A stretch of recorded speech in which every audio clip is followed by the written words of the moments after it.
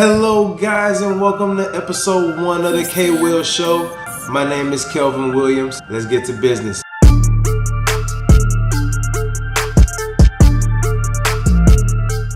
We'll start with last Sunday in the NFL's Hall of Fame ceremonies. And it was awesome watching the ceremonies this year. Aside from Beathard, Kramer, and Brazil, I watched the remaining honorees' entire careers. Out of all of the nominees, by far the best moment was when my favorite player and arguably the best linebacker of all time, Ray Lewis, took the stage. The best part about Ray's speech was everyone else was speaking from the stand-up podium. Meanwhile, Ray is on stage with a head mic on like he's Beyonce in the concert. Staying in the NFL, Kelvin Benjamin, wide receiver for the Buffalo Bills, has some words for former teammate Cam Newton of the Carolina Panthers. Over the weekend, Benjamin commented on his time in Carolina and his thoughts on Newton as a quarterback. If you would have put me with any other quarterback, let's be real, you know what I'm saying? Any other accurate quarterback like Rodgers or Eli Manning or Big Ben, anybody. Quarterbacks with knowledge that know how to place the ball and give you a better chance to catch the ball. It just felt like I wasn't in that position. Cam responded on Instagram in the most Cam Newton way possible. I ain't gonna go back and forth with him. I'm just gonna work, you feel me? That's all it is. You know what it is. Just work, baby. In 2015, Benjamin missed the entire regular season with the torn ACL. This also happened to be the year that Newton was voted MVP and the Panthers earned their way to Super Bowl 50. With Benjamin in the lineup, the Panthers were 18, 21-1. Without him, the record was 21-3. Looking at how the team and Newton performed without Benjamin in the lineup, it's hard for Benjamin to have a leg to stand on in this argument. Get it? ACL, leg. You'll get it. True that Newton has had his issues in the pocket as a quarterback, he more than makes up for that with his athletic abilities. In 2018, he finished the season with a career high in rushing yards, and he isn't looking back anytime soon. Benjamin was traded mid-season to the Buffalo Bills for a 3rd and 7th round draft pick for showing up to training camp looking like Queen Latifah from Set It Off. Benjamin would then tear his meniscus in the opposite leg from the ACL surgery. Dude is really running out of legs. To his credit, Benjamin will be getting his wish this offseason as he starts the season with 3 options at quarterback with a battle between A.J. McCarron, Nathan Peterman, and rookie Josh Allen. Good luck, Kelvin. That was weird. The main story for Monday was the social media war between the King LeBron James and Donald Twitter Fingers Trump. Last Saturday, Trump tweeted out, LeBron was just interviewed by the dumbest man on television, Don Lemon. He made LeBron look smart, which isn't easy to do. I like Mike. This tweet was in response to an interview between Lemon and LeBron on CNN. During the interview, LeBron quoted, "What I've noticed over the past few months, he's kind of used sports to kind of divide us, and that's something that I can't relate to." Lemon responded to the tweet on Monday on CNN, stating that referring to African Americans as dumb is one of the oldest canards of Americans' racist past and present. That black people are of inferior intelligence. It's like Trump's overall goal is to become the most trending person in the world instead of just being the president. Like, it's really bad when your wife is even on the other side of the argument. Melania, well, actually probably like a spokesperson of Melania, was quoted in saying this: "It looks like LeBron James is working to do good things on behalf of our next generation. And just as she always has, the First Lady encourages everyone to have an open dialogue about issues facing children today." Like, your wife doesn't even respect or acknowledge your values. Well, it's probably not that hard when your husband is probably off grabbing other women by the pussy. Tuesday, slow day for sports on Tuesday. The New England Patriots cut Malcolm Mitchell and signed former Tennessee Titan Eric Decker. Meanwhile, Des Bryant sitting back at the crib like Will Smith from that one episode of The Fresh Prince. Good news for the Giants is Odell Beckham is back on the practice field, coming back 100% from injury from last season. The question on Tuesday was, is Odell Beckham accomplished enough to warrant highest paid receiver in the NFL? Back in late February, Beckham implied that he should be the highest paid receiver in the NFL. Since 2015, Beckham has been one of the most dominant receivers in the NFL.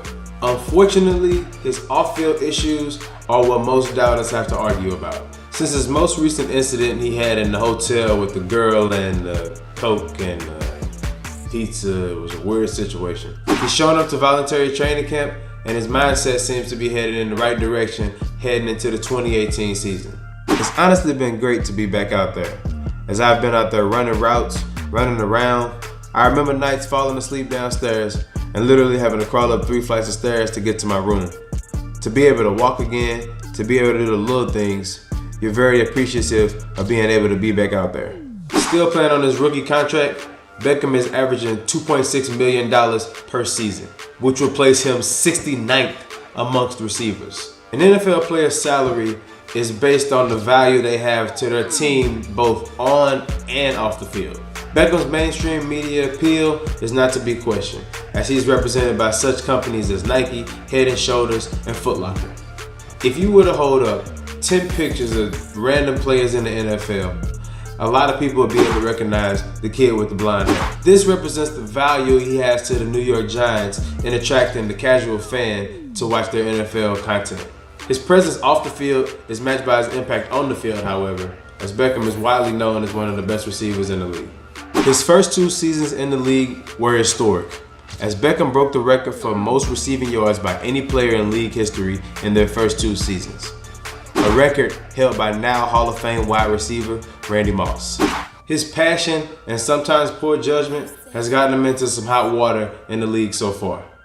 Whether it's his altercations with other players on the field, notably NFL defensive back Josh Norman, punching a wall after the playoff loss to the Green Bay Packers, or his on-again, off-again relationship with the kicking man. Entertaining as it may be, his demeanor on the field comes with its consequences. Critics take these kind of things into consideration when evaluating the player as a whole, and as unfair as it may be, all of these things are considered factors when heading into contract negotiations. His production is consistently at the top of the league amongst his receiving contemporaries, and only 4 years into the league, his potential as a future star of the NFL is red hot. Fast forward into the news on Wednesday, a big story in the NBA was Carmelo Anthony heading to the Houston Rockets. First, we should rewind to the beginning of 2017 when it was clear that the time for Melo in New York was dead and gone.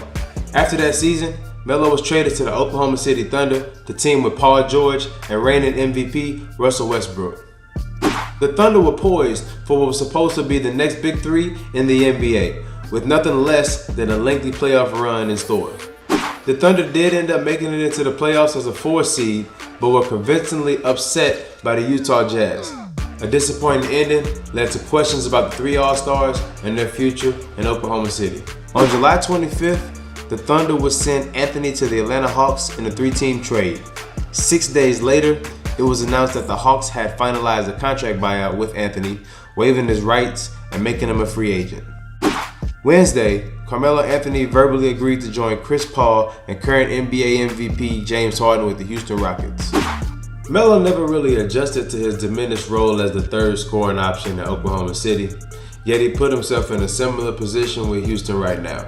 In addition, Melo and current Rockets head coach Mike D'Antoni have history of their own. D'Antoni was the head coach for the Knicks from 2008 through 2012. Carmelo, at the time with the Denver Nuggets, was traded to the Knicks mid-season during the 2011 season. It was the following 2012 season with the Knicks that the relationship between D'Antoni and Melo started to deteriorate. In addition to problems with management, D'Antoni will resign his position in the middle of the 2012 season. Now that they're reunited in Houston, I can see this scenario going one of multiple ways. Houston, adding Carmelo to All-Stars Chris Paul and James Harden, have the potential to flourish well in the fast-paced offense of Mike D'Antoni. The real questions fall on Melo and his mentality on fitting into what the Rockets' game plan is going forward into the 2018 season. If he could recapture some of that game plan and possibly start playing some defense, I could see the Rockets losing to the Warriors in 5 games. They just stacked. Preseason football picked up on Thursday, and the showcase game was between the top 2 picks from the 2018 NFL Draft, Saquon Barkley and Baker Mayfield. We'll start with the number 1 draft pick, quarterback Baker Mayfield. Mayfield showed great awareness and poise throughout the game for his first NFL action. Mayfield was consistently keeping his eyes down the field, relying less on his athletic ability as a scrambling quarterback. On top of that, his arm ability was on display, making some true next-level throws. The most impressive throw in my mind was his second touchdown late in the fourth quarter to rookie wide receiver Antonio Callaway that went 54 yards to the house. There were a few moments throughout where the rookie showed his nerves as well. He sailed a few passes over his receivers' heads and got trigger happy when the defense got a little pressure up front. I think Baker has a huge upside as a rookie.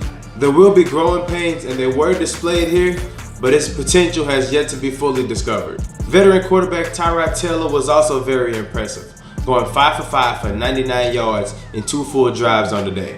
As much potential at the quarterback position as the team has, which is odd because Cleveland, I don't see a position battle just yet. I still need to see more out of Mayfield before I consider him a better option as a starting quarterback for the Browns. The rest of the preseason will be a good opportunity for the decision to become more clear for head coach Hugh Jackson. On the other side of the ball was the number 2 pick in the draft, Penn State running back Saquon Barkley. Barkley, drafted number 2, was the highest drafted running back since Reggie Bush back in 2006. And here was his first touch of the game. Barkley's 39-yard burst through the line and up the sideline was a clear sign that Barkley's potential could be fulfilled with the Giants. Barkley ended up playing 2 full series with the starters, going for 43 yards on 4 attempts. Barkley did not have another breakout run after his first attempt.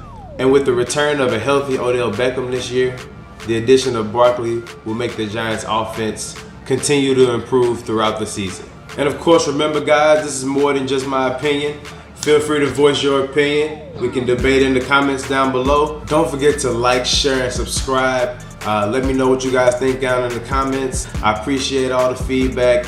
Give me as much love as possible. It's the K-Will Show, episode 1. Episode 2 coming next week. Hope to see y'all guys next week. I'm out.